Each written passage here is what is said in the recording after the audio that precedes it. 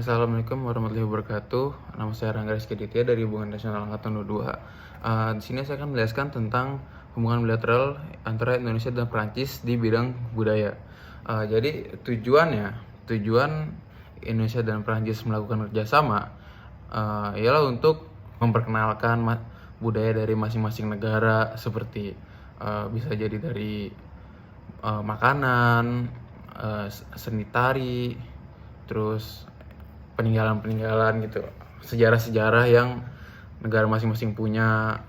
Terus biasanya tuh target yang ingin dicapai itu biasanya buat memperkuat hubungan kedua negara dan ditambah agar budaya-budaya Indonesia serta budaya-budaya Prancis dikenal di kedua negara, bahkan bisa jadi dikenal di dunia luar selain kedua negara tersebut. Misal ada warga negara Indonesia atau Prancis yang ke negara lain, biar bisa memperkenalkan budaya-budayanya. Yang ketiga itu ada institusi yang terlibat. Jadi institusi yang terlibat itu biasanya ada Kementerian Kebudayaan dan Pendidikan dari kedua negara. Biasanya kalau dari Kementerian Kebudayaan ini biasanya dari masing-masing negara itu melakukan seperti pertukaran seniman, festival seni, festival budaya, dan lainnya. Dan kemudian ada lembaga seni dan kebudayaan. Jadi itu yang tadi sudah saya jelaskan, itu ada museum, seni galeri, mereka bikin event untuk masing-masing event dari kedua negara untuk memperkenalkan. Tadi tuh dari yang Kementerian Kebudayaan dan Pendidikan dari kedua negara itu, kalau yang dari pendidikan sih biasanya itu mereka ngadain pertukaran pelajar, terus pembelajaran bahasa dari masing-masing negara. Seperti di Indonesia itu adain bahasa Perancis, dan di Perancis pun sebaliknya ada pelajaran bahasa Indonesia biar mengenal mengenal bahasa masing-masing. Ada juga dari organisasi non pemerintah, kayak biasanya dari komunitas-komunitas kayak komunitas seniman, komunitas budaya, terus organisasi lintas budaya yang mempunyai peran buat memfasilitasi interaksi gitu.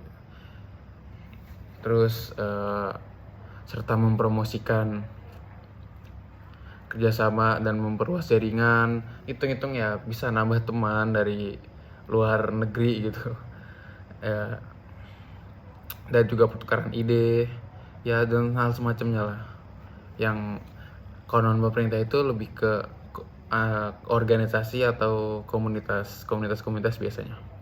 Nah, untuk metode yang digunakan untuk mencapai diplomasi budaya ini biasanya sudah dijelaskan tadi, negara dari masing-masing negara mengadakan event. Jadi di Indonesia itu biasanya ada event khusus untuk Perancis, kayak misalnya tuh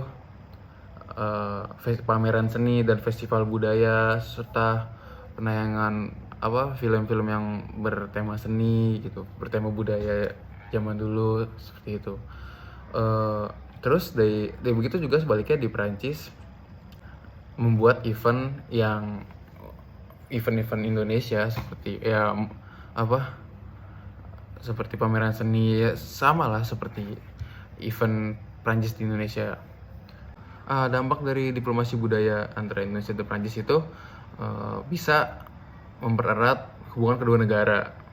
Terus di samping itu juga mengurangi stereotip, mengenal budaya satu sama lain, dan meningkatkan toleransi. Nah, melewati interaksi antar warga negara, bisa saling belajar, pertukaran pengalaman, dan memperdalam hubungan lebih dekat.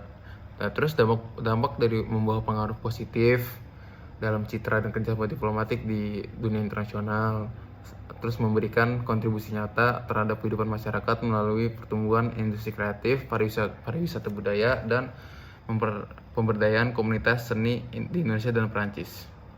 Sekian dari saya. Wassalamualaikum warahmatullahi wabarakatuh.